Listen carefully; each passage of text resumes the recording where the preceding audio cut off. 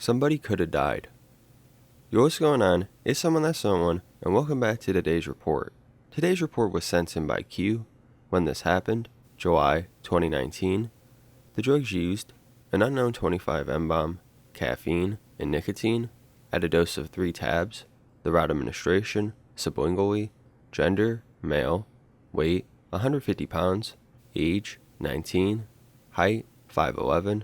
His prior experience: cannabis, nicotine, alcohol, shrooms, cocaine, DXM, DMT, Molly, Percocets, Oxy, Adderall, LSD, and most likely a plethora of other RCs. And the setting: in a minivan, in a parking lot, with a group of friends that he met that summer. Alright, finally back with another NBOMe report. Today we have a report where Q and his friend group at the time spontaneously decide to go out at night and do acid, or what they thought was acid. There isn't necessarily note of metallic taste or numb mouth, but many of the themes and feelings the experience brought on took this group by surprise, leading Q to think it wasn't acid, but rather NBOMe. Now there are a good handful of NBOMes out there, so it is hard to say exactly if this was 25i or not. He attempts to get a hold of his friends, but things just unfold unexpectedly in an unfortunate manner. You'll just see what goes down in this report and how being careless can lead to some pretty shitty consequences. I'm sure you'll enjoy it, so without further ado, let's dive right into this. I'm sure I almost overdosed. All names have been changed for anonymity. Before we start, I'd like to say I do not condone anyone follows in my footsteps. I regret most of everything from this time period, and it looms over me often. Do not make the same mistakes, and be safe. The day started out normal, picked up some friends, and headed out on a sunny day to have a good time. We got a lot of weed and went to hang out at a friend's house in the late afternoon. One of the people in the group thought it was a good idea to trip that night, and everyone agreed. The only problem was we didn't have a place to trip, so they opted to trip in my car. I drove a minivan at the time, and there were 7 people wanting to trip, including me. I just so happened to have had 7 seats in my car, so I obliged, not really thinking of the consequences.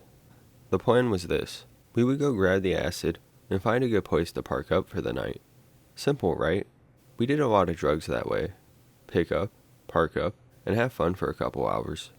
But this would be the first time tripping like this with this big of a group. We also didn't have any water, which will come into context later. Ryan bought the acid for everyone since he always boasted about being a high roller. They had the cat from Alice in Wonderland on them in a trippy design. We had no way of testing it, but to be honest, that really wasn't on our minds. We were just excited to trip. Everyone but me had dropped their tabs. 3 people on 1 tab, 2 people on 2 tabs, and another had taken 2, but dropped a 3rd later when I dropped.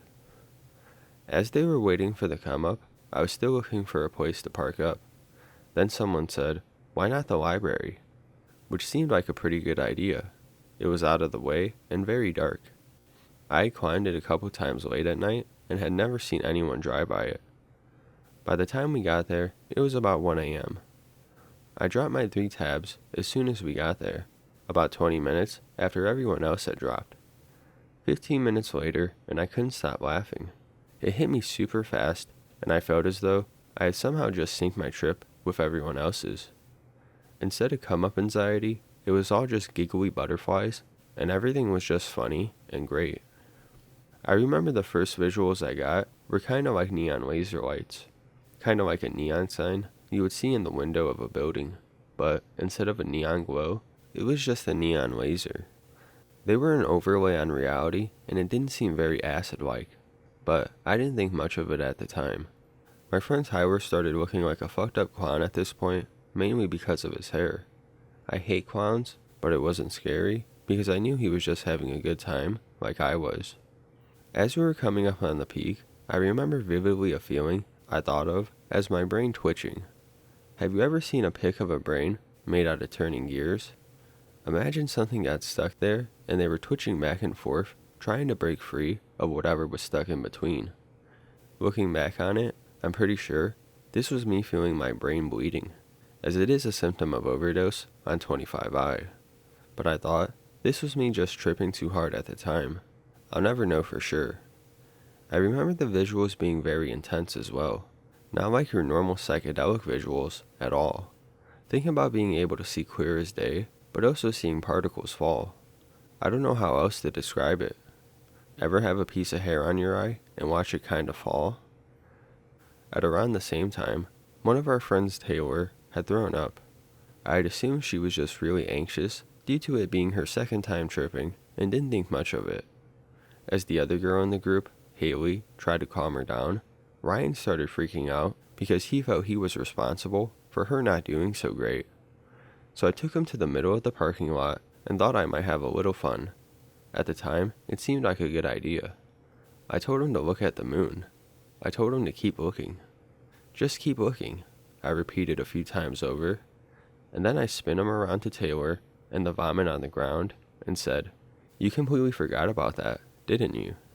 And he was amazed at the fact that he had forgotten about it, and for some reason, it cheered him up. At the same time, Tyler was feeling queasy due to Taylor throwing up, so after I cheered up Ryan, I went over to him to see if I can do anything. He said he would be fine, and I went to check on Taylor and Haley in the car. It was at this point we realized we didn't have any water, and that triggered everyone to feel dehydrated. Luckily, someone found a monster and we passed it around, which seemed to quench our thirst. We were all tripping so hard, but none of us had any auditory hallucinations, oddly enough, which LSD commonly does on even a tab or two. This should have been a tell that what we were on was not acid, but the night continued on. After a while, maybe about 4 or 5 hours into our trip, Taylor asked me to use my phone to call her father due to her having a bad trip. I asked if she would be okay with that, as she was in fact tripping pretty hard, and most parents would not be okay with that. But she said he had told her she could call him if she was ever in this kind of situation. So I obliged, hoping he could help her through whatever she was going through. Sadly, this wasn't the case. About 3 minutes later, I hear her give the exact location we were at and everybody's names that was there. I knew exactly what was going on immediately. She had called the cops. She later told me she did this because I looked like a demon and looked like I wanted to kill her, when I didn't even really talk to or look at her throughout the trip until it turned bad for her. The next thing I knew, there were bright headlights pulling into the parking lot, and 3 police cars and an ambulance showed up. Everybody got their vitals checked almost immediately, and while this whole thing was happening, they were questioning all of us one by one, me being the last one to get questioned. They seemed in disbelief about the dose I was on and how I was coherent. I specifically remember an EMT saying to me, "I don't understand how your brain isn't melting right now," and another cop insinuating I wasn't on acid, but I brushed it off in denial, as I was just experienced. I would like to know that we had asked them for water multiple times, and they never gave us any water. Very shitty in my opinion. But I digress. Taylor gets taken in the ambulance, and everyone else gets taken home by the police. Except for me. I had to stay behind while they towed my car and impounded it as evidence, and they told me I could walk home, which was the next town over. I had my phone, Juul, and $6 on me for some water at a coffee stand before the long journey home. After all of this, I called the police department multiple times about my vehicle and when I could pick it up, even leaving a voicemail on the cop's phone who impounded it, and never heard anything back. Finally I called, and someone told me to call the tow company to get it back. When I got it back, it was covered in tape residue and was completely trashed on the inside, even had a broken door. I ended up getting rid of it almost immediately due to the tape residue not coming off regardless of what I tried. The side door wouldn't close for the life of me. It was also very old, and I was thinking about getting rid of it anyway.